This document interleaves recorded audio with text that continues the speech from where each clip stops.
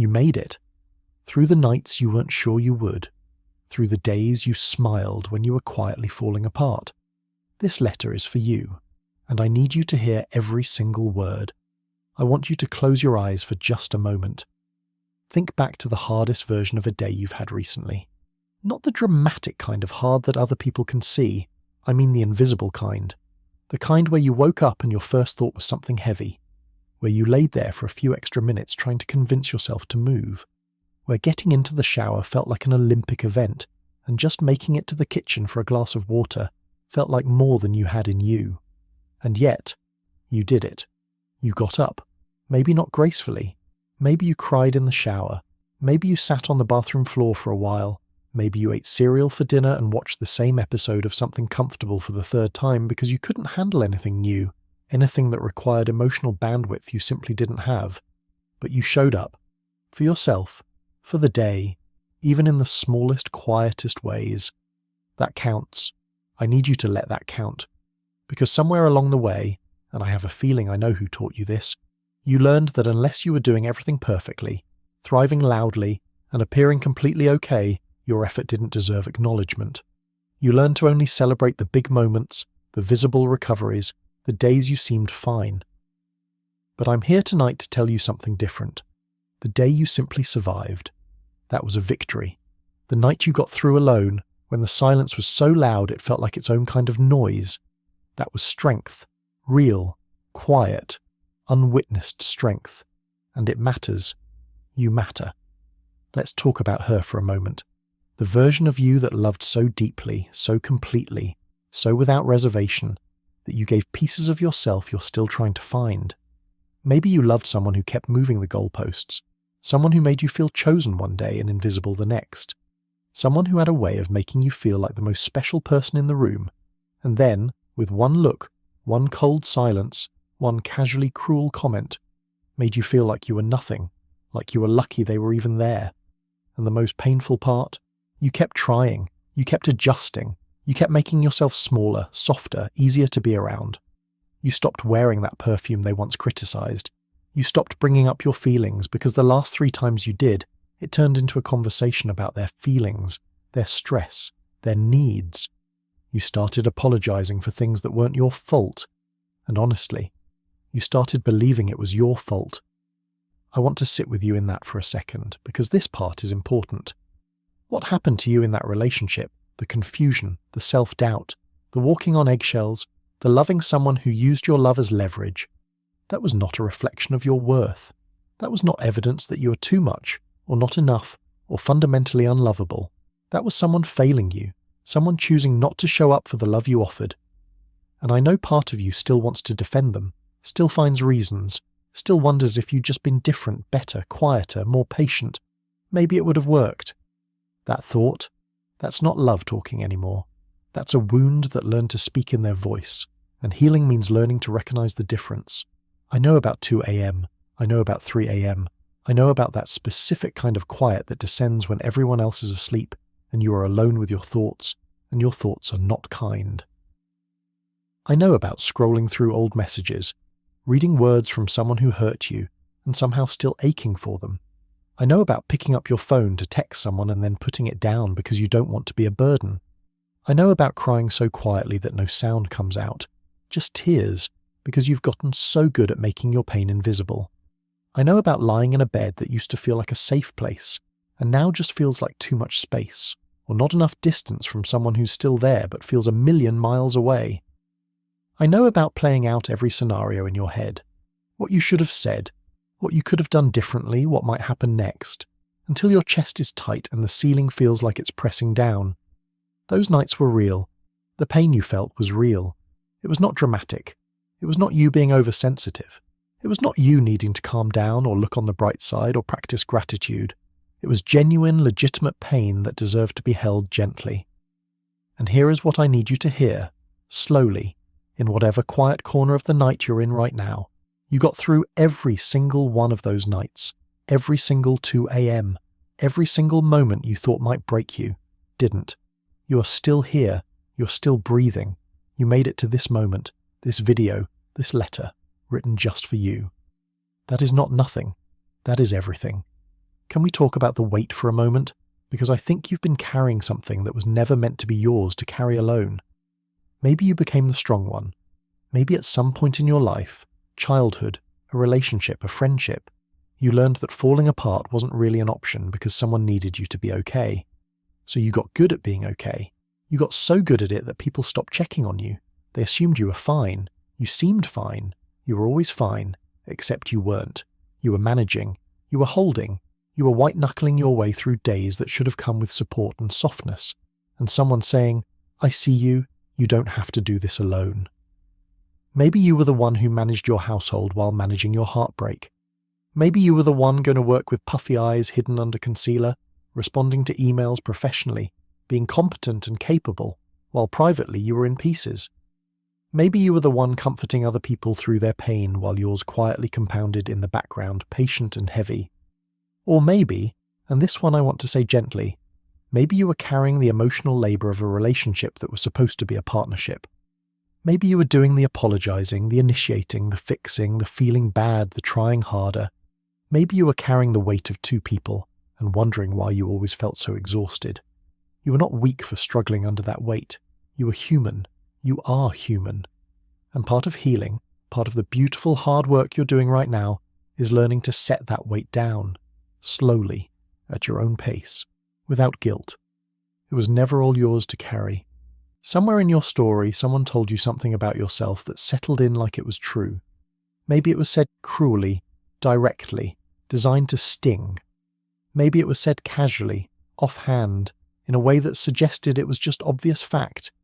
Maybe it was never said at all, but it was communicated through the way they looked at you, the way they dismissed you, the way they chose someone else, the way they made you feel like you were always almost enough but never quite there. And you, being the thoughtful, introspective person you are, you took it in. You turned it over. You held it up to the light and examined it. You wondered if they were right. Maybe I am too sensitive. Maybe I do ask for too much. Maybe I'm not as smart, as attractive, as easy to love as I thought. Maybe there's something fundamentally wrong with me that everyone else can see and I just keep missing. Listen to me. People who are secure, people who are genuinely loving, people who have healthy hearts, they do not speak to others in ways designed to diminish them. They do not use your vulnerabilities as ammunition. They do not make you question your own perception of reality. They do not give you just enough warmth to keep you hoping, while consistently withholding the love you actually need. The things they said about you were not objective truth. They were the output of someone who was either hurting themselves or who had learned that controlling the narrative meant controlling you. You're not too sensitive. You're appropriately responsive to pain. There is a difference. You're not too needy. You have legitimate needs that weren't being met in a relationship that wasn't built to meet them. You're not too much. You're exactly enough. And the person who made you feel otherwise simply did not have the capacity to hold you. That is their limitation, not your flaw. There's a particular kind of exhaustion that comes from performing okayness, and I wonder if you know it intimately. It's the exhaustion of smiling at brunch with friends while something inside you is quietly splintering. It's the exhaustion of saying, "I'm fine, I'm good." Actually, things are really okay when your body knows better and is keeping score. It's the exhaustion of laughing at the right moments, contributing to the conversation, being present and personable, while a part of you is somewhere else entirely, replaying something painful, dreading something coming, grieving something no one knows you're grieving. Maybe you couldn't tell anyone what was really happening because you didn't have words for it yet, or because the last time you tried to explain it, someone minimized it, or because the situation was complicated. He wasn't technically abusive, she wasn't technically a bad friend, it wasn't technically that serious, and you already felt like you were overreacting, so you kept it inside where it couldn't be dismissed. Or maybe, and this is the one that really stays with me, you were protecting someone. You were making it easier for the person who hurt you. You were managing their reputation, their feelings, their comfort, even in the aftermath of what they did to you. Because somewhere along the way you learned that other people's comfort came before your own truth. That's over now, or it can be, slowly, gently, on your timeline. You don't owe anyone a performance of being fine. You don't owe anyone easy. You're allowed to be in process. You're allowed to be complicated and healing and not quite there yet. Your realness is not a burden. It is in fact the most beautiful thing about you. I want to take a moment to acknowledge something that doesn't get talked about enough in the healing space: what pain does to your body. Because healing isn't just emotional. When you've been through something hard, a relationship that kept you on edge, a loss that broke something open, a period of sustained stress and heartache, your body holds the record of it. Chronic tension in your shoulders and jaw, the way your stomach drops when you hear a certain sound or see a certain name on your phone, the sleep that hasn't come easily in months, the appetite that's been off, the low-grade fatigue that isn't really about sleep. It's about the effort it takes to carry something heavy every single day. Your nervous system has been working overtime. Your body has been in a state of low-level emergency for longer than it should have been, and that is not weakness. That is physiology. That is what sustained emotional stress does to a human body, because your body does not know the difference between a physical threat and an emotional one. It responds the same way to both. It tried to protect you. So tonight, if you're comfortable doing so, I want to invite you to take one slow, deep breath. Not a performative one, a real one, in through your nose slowly and out through your mouth. And as you exhale, see if you can release just a fraction of what you've been holding. Not all of it. You don't have to let go of everything tonight. Just a little. Just enough to remind your body that right now, in this moment, you are safe. You are safe. The hard day is over. You made it here. And your body, which has carried you through everything, deserves that reminder too. Here's something that took me a long time to understand, and I want to offer it to you tonight because I think it might help some things make more sense. You can grieve something that isn't dead. You can grieve someone who is still alive. You can grieve the relationship you thought you had, the future you were building in your mind, the version of a person you believed in before they showed you who they actually were. That grief is real, and it is complicated in a way that regular grief isn't, because there's no funeral, there's no casserole from the neighbours, there's no formal acknowledgement that you lost something significant. People don't always take it seriously. Breakups happen every day. Time heals all wounds. You'll be fine. There are other people out there. But what you lost was not just a person. You lost a sense of safety. You lost the version of the future you had mapped out. You lost the person you were inside that relationship. The one who still believed. The one who was still hoping. The one who hadn't yet been shown how it would end. You lost something you had poured years and tears and growth and energy into. And if the relationship involved manipulation or emotional abuse, or the kind of gaslighting that made you doubt your own memory and perception, then you're also grieving something even harder. The person you thought they were. The love you thought was real. The safety you thought you had. And you might be grieving the time, the years, the youth, the trust you gave so freely and that was used so carelessly. That grief is valid. It deserves space. It deserves to move through you at its own pace without you rushing it or judging yourself for not being over it yet. Grief doesn't run on a schedule, especially the kind no one names for you. Let's talk about healing for a minute. Real healing, not the kind that looks pretty in a grid. Real healing does not look like glowing up immediately. It does not always look like journaling breakthroughs and therapy epiphanies and suddenly seeing everything clearly. Sometimes real healing looks like a Tuesday where you didn't cry. Sometimes it looks like noticing you laughed, genuinely laughed, at something stupid, and for a second you forgot to be sad. Sometimes it looks like choosing to eat a real meal instead of forgetting to eat. Sometimes it looks like setting one small boundary and feeling shaky afterward but doing it anyway. Real healing is not linear. You will have good weeks followed by hard days that feel like you're back at square one, and I promise you, you are not back at square one. Healing spirals, it revisits. You will think you're over something and then a song will come on, or you'll smell something, or you'll have a dream that brings it all flooding back, and it will feel like you've made no progress at all. You have.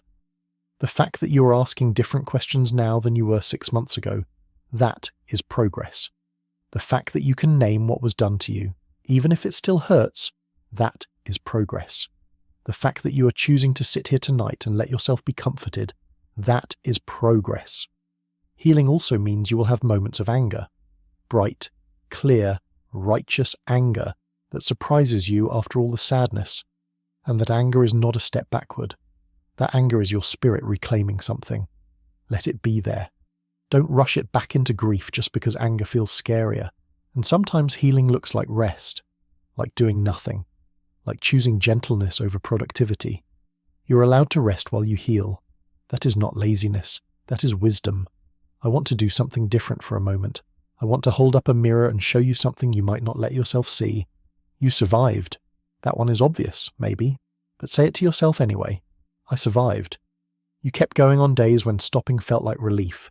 You found reasons to stay, to push, to try again, even when the reasons felt thin and unconvincing. You kept loving people. Even after being hurt, even after being let down, you did not close off completely. You didn't become cold. You didn't become someone who couldn't care. You kept your heart open, even when it would have been so much easier and safer to shut it. That is remarkable. That is not naivete. That is courage. You kept growing. You asked questions about yourself that most people spend their whole lives avoiding. Why do I keep choosing this? What am I afraid of? What do I need? Who am I when I'm not performing? Those questions are hard. The fact that you're asking them means you're doing the work of becoming, even when it's uncomfortable. You protected yourself in ways you might not have even recognized. You left, or you are leaving, or you're getting ready to leave. Situations that were slowly erasing you. Maybe it took longer than you think it should have, but you listened eventually. Your gut was always telling you. You listened. You showed kindness. In the middle of your own pain, I'd be willing to bet you were still kind to people around you. You still held space for others. You still showed up for people you loved even when you were running on empty. That is who you are, not broken, not ruined, not damaged. Someone who went through something real and came out still warm. That is extraordinary. I want to tell you about someone. She's the version of you that's coming, not the healed, finished, never gets sad anymore version. She doesn't exist, and we don't need her. I mean the version of you that is a little further down the road from where you are tonight. She has a morning routine that feels gentle instead of frantic. She starts the day with something that belongs to her. Tea, or a few minutes of quiet, or music she loves playing in a kitchen that feels like hers, that feels like home. She has learned, slowly, imperfectly, to take up space without apologizing for it. She has rediscovered things about herself that the hard season buried. Something she creates, something she loves, something that is purely, joyfully hers with no one else's opinion attached to it. She still has hard days. She is still human. But when hard feelings come, she meets them differently now, with a kind of gentle recognition instead of panic or shame. Oh, this again. I know what to do with this. She has people around her who feel safe, people who don't make her earn their kindness, people who show up consistently in the way she always deserved to be shown up for. And here is the part I most want you to hear. She thinks about you, the version of you right now, in this season. She remembers these nights, and she is so proud of you, not for being perfect, not for having it together, but for staying, for trying, for sitting with this video at whatever hour it is and letting yourself be held in the words for a little while. She knows what it cost you to keep going, and she is rooting for you. She always was. You're going to make it to her. I really believe that. And someday, you will be her. So this is where I want to leave you tonight, not with a list of steps, not with advice or a plan or things you should be doing, just with this. Dear you, I see you. I see the version of you that has been showing up tired. I see the version of you that has been measuring her worth by whether someone chose her, wanted her, stayed for her. I see the version of you that lost herself somewhere in the middle of trying so hard to keep something together that maybe was never meant to hold. I see the version of you that is somewhere between where you were and where you're going, in that uncertain, uncomfortable in-between that has no clean name and no clear end date. I know that in-between feels like limbo. I know it's hard to trust that it's moving even when it feels like you're standing still. But you are moving. Every day that you choose gentleness over punishment for yourself, you are moving. Every time you notice a thought that isn't yours, a thought that came from someone who diminished you, and you say, wait, that's not true, you are moving.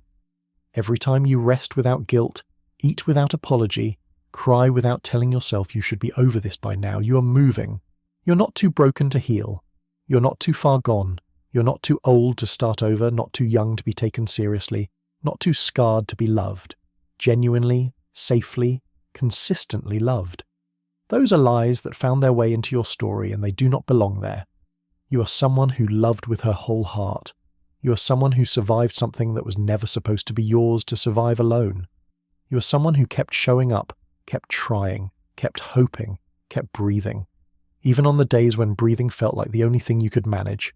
And you are someone who deserves, not someday, not once you've healed enough, not once you've earned it, but right now, tonight, exactly as you are.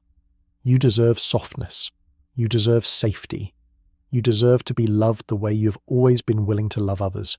Fully, consistently, without conditions. You made it through the hardest days, all of them, every single one. And I believe with everything in me, you are going to make it through everything that comes next too. Rest now. You've earned it. Tomorrow is still there. But tonight, you are safe. You are seen. And you are not alone. I'm so glad you're still here. If this video held you tonight, even a little, will you let me know in the comments? Just drop a heart, or tell me one thing you're healing from. You don't have to explain it. You don't have to make it make sense. Just let yourself be seen here, in this space. This community is made up of people who understand this kind of quiet pain, and no one here will make you feel like you're too much. Subscribe if you want more of this. I make these for you.